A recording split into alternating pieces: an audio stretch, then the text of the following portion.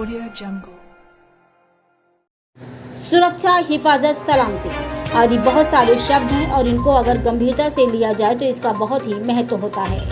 रात में चलने वाली स्लीपर कोच बस जो लंबी यात्रा पर निकलती है तो उनकी अच्छी तरह से जांच पड़ताल करके निकालनी चाहिए। अगर हो सके तो एक सेफ्टी अधिकारी की नियुक्ति होनी चाहिए जो इन बसों का निरीक्षण करके यात्रा पर जाने की अनुमति दे, या सरकार को इस पर कोई ठोस कदम निकालना चाहिए जिससे रास्ते में कोई ऐसी दुर्घटना न हो और लोगों की यात्रा सुरक्षित व आरामदेह हो। एक appeal ACCF national team member नई दिल्ली राजेश गुप्ता जी की।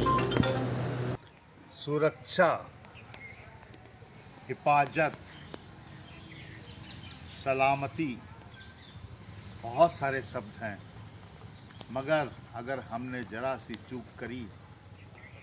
तो इसका परिणाम बहुत ही ख़राब होता है और परिवार के परिवार और कितना नुकसान होता है, कितने हमारे रिश्तेदार, भाई बहन और जो हमें परिवार को चलाने में मदद करते हैं वो लोग ज़रा सी चूक में चले जाते हैं। सुरक्षा, सलामती, हिफाजत की हम बात करते तो हैं, मगर उस पर कितना ध्यान रखते हैं। चाहे हम बस के ड्राइवर हों,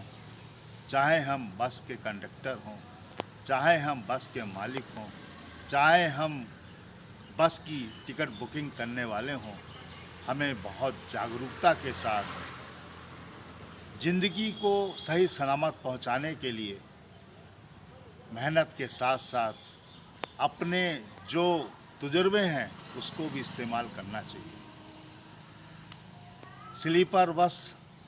ज़्यादातर रात में चलती हैं और लंबे यात्रा पूरी करती हैं।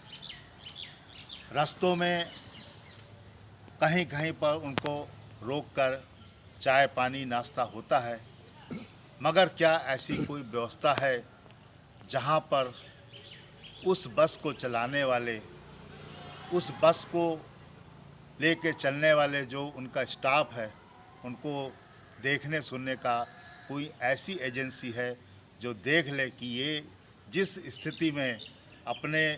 बस स्टैंड से चले थे, क्या उसी स्थिति में उस गंतव्य स्थान तक के लिए चल रहे हैं या कोई रद्दोबदल हुआ है उनकी शारीरिक स्थिति में या उनके शारीरिक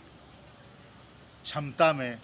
क्योंकि रास्ते में चलने से बहुत सी चीज़ें कभी कभी ऐसा कार्य करती हैं जो सुरक्षा के साथ एक ऐसी चीज़ आ जाती है कि बस दुर्घटनाग्रस्त हो जाती है। दुर्घटनाग्रस्त होते ही लोगों का जान माल का नुकसान और कितना बड़ा एक रूप जब बस में आग लग जाती है। हमारी आपकी सबकी कागज़ों की ज़रूरत देखी जाती है, फिटनेस है, इंश्योरेंस है, ड्राइविंग लाइसेंस सही है, बहुत सारी चीज़ें जो कागज़ों की हैं विभाग के द्वारा वो सब सही हैं।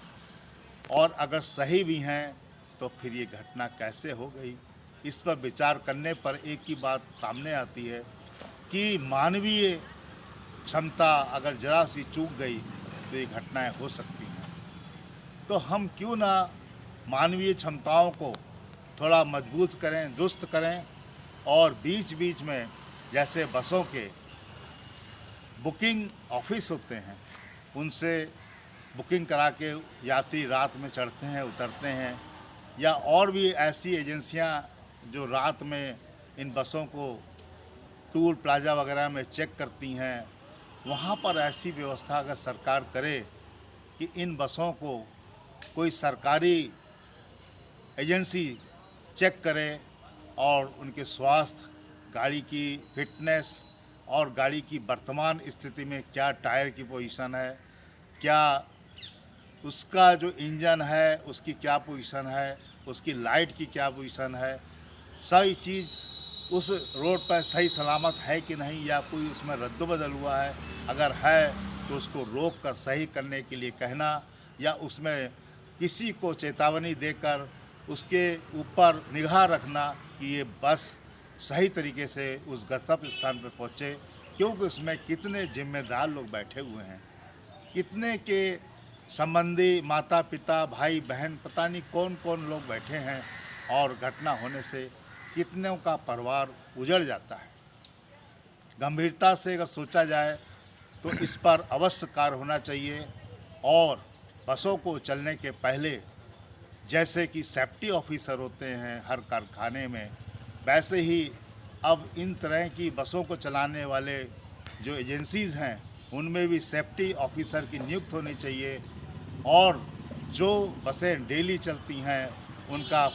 प्रतिदिन निरीक्षण होना चाहिए, और सेफ्टी अधिकारी की उसमें बतौर एक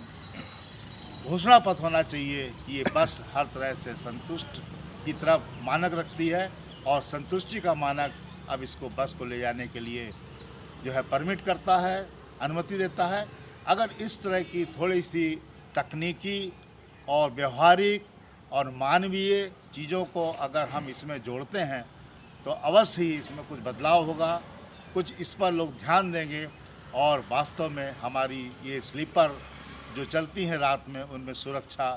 बहुत ही सुरक्षित होगी। नहीं तो बीच बीच में इनका इस तरह से घटना में आना और दुर्घटनाग्रस्त हो जाना वास्तव में चिंता का विषय है, क्योंकि ये लंबी यात्रा में उपयोग होती हैं, और इसमें काफ़ी लोग जो है अपने समय को उचित रूप से बचाने के लिए इसमें यात्रा करते हैं, और इस तरह की घटना को सुनकर जो है काफ़ी लोग सशंकित हो जाते हैं, क्या हम आज की इस तकनीकी युग में भी अपनी बसों को इस तरह से नहीं रख सकते कि वो हमें अपने सुरक्षित स्थान पर पहुंचाएं, गंतव्य स्थान पर पहुंचाएं, जो आज के ज़माने में बहुत आवश्यक है। सभी से अपील है, विनती है कि आज के इस तकनीकी और विकास युग में हम ऐसे कार्य करें जो इस तरह की दुर्घटनाएं भविष्य में ना हो और हम इनसे बचें। जय हिंद, जय माँ भारती।